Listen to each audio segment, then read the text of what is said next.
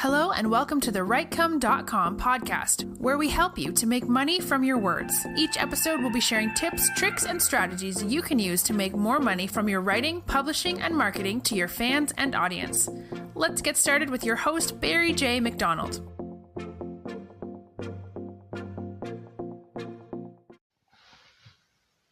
Hi, this is Barry here, and you are very, very welcome to today's podcast episode from WriteCome.com. And today's podcast episode is entitled, You Are Underselling Yourself.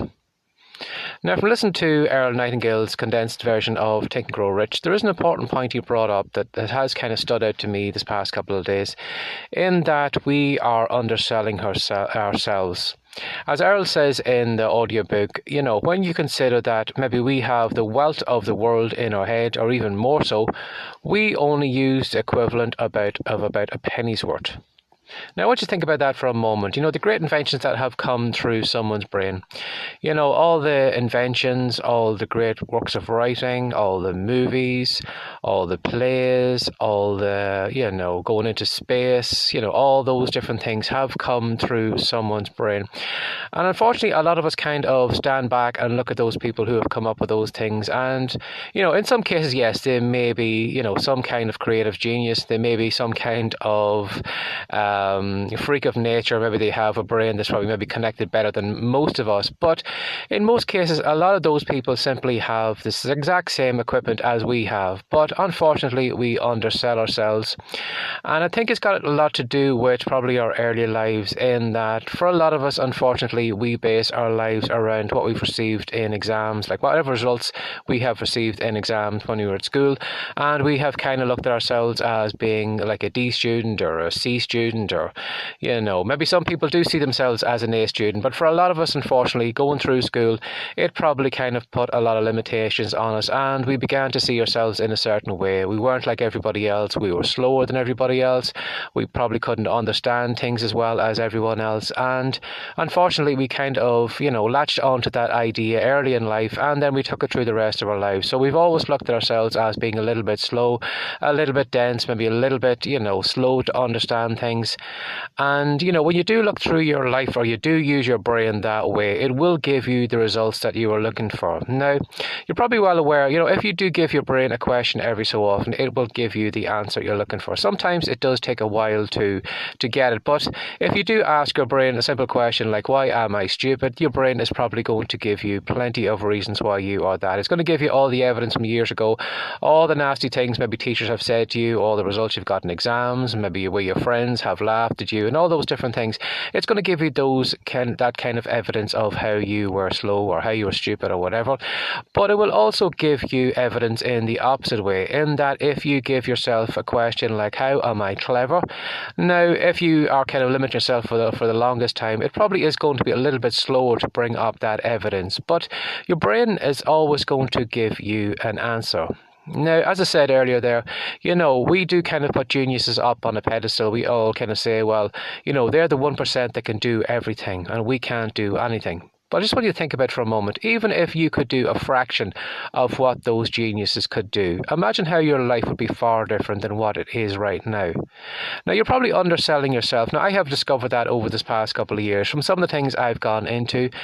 As Earl Nightingale says, the equipment we have between our ears, our brain is so sophisticated. It comes up with so many ideas. It can run at, kind of lightning speed. It can get you ideas. It can flash images onto your mind. But a lot of us just see it as something that is just something that's just there to take care of the body. It's just there to repair the cells. It's just there to keep your heart going. It's just there to kind of keep you alive, and that is basically it. And unfortunately, as Earl says, there's so much more in our brains that we never ever really tap into.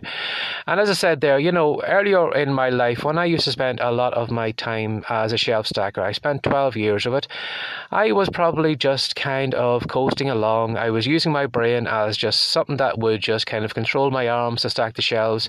And I used to listen to a lot of podcast episodes. So my mind was kind of drifting away on other things. But I was basically just kind of almost using my brain in first gear, or maybe even half a gear if there was a half a gear. But I was simply just using it for that. And it was only then when I got into fiction writing and said, well, I'd give it a go. I'd chance my arm, see if I could do it. I kind of moved into first gear. And I found then that, when I did kind of challenge my brain, when I did ask it to come up with ideas for stories or storylines or how to create characters and all those different things, I did find it started giving me different answers back, and it started giving me different results. And as I've moved up into second gear, where I started creating my own courses, and I kept thinking to myself, well, how can I teach somebody how to do this? How can I explain this? And even in this podcast here, my mind has moved up into a different gear, in that it is looking for maybe easier examples for me to explain things in this podcast. But as I said, I have started to push my brain a little bit more, and it has gotten me the results back from it. So I just want you to have a look at your life. If you do consider, that you are probably only using a penny's worth of all the wealth in the world that is between your ears, I want you maybe just to think about turning that up a little bit. I want you to think about just kind of moving your brain out of survival mode or out of the basic mode, put it into first gear, put it into second gear, and just have a look and see the type of things it can do for you. As Earl said, like all the many inventions that have come from brains, there are so many things that are probably going to come through your brain, all through your life experience. There's nobody on this planet who has ever been on this planet or ever will be on this planet who will see things the way you have, who have had the conversation you have had in the past, who are going to be able to pull two unique ideas together, jumble them together and come up with something completely different. So I want you to stop underselling yourself. I want you to stop looking back at all those exams you had years ago. Like, when you do think about it, a lot of us base our grown-up lives on something that we did when we were 10. Now, looking at my own kids at that age, how crazy they are, how sometimes they, while I love them and all, sometimes they do come up with the craziest things, and sometimes they do say the craziest things, but sometimes they also say things that really stop me in my tracks and make me think about my life and maybe look back at what I've thought. But as I said, it's unfortunately a lot of us kind of are living our lives on something we did when we were back at 10. When you did that exam on that day, maybe you had no love for school. Maybe you didn't like the teacher. Maybe you didn't like the subject. Maybe you just were too busy. Something came up at the time and you didn't kind of study for it. Or, maybe it's something you regret now. Maybe if you had studied in those exams years ago, maybe your results would be far, far better.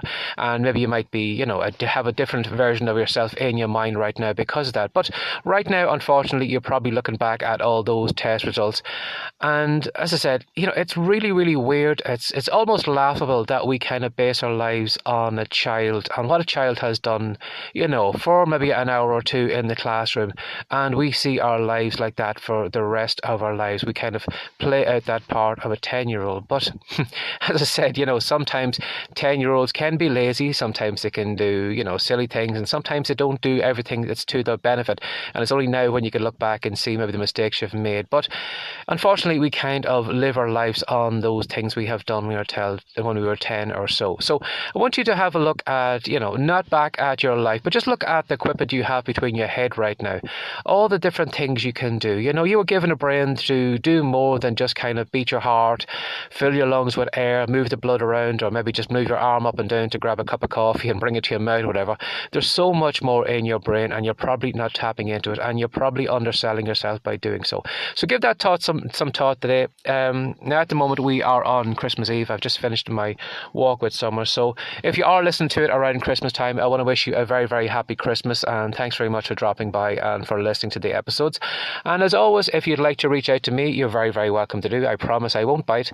You can send an email to barryjmcdonald@gmail.com, or if you'd like to know more what I'm doing, you can do a search for Writecom on iTunes, Facebook, or on the web. You'll find my content all over the place, and that is WRITECOME.com. And as always, thanks for sharing your time again today, but stop underselling yourself. Have a great day. Bye-bye.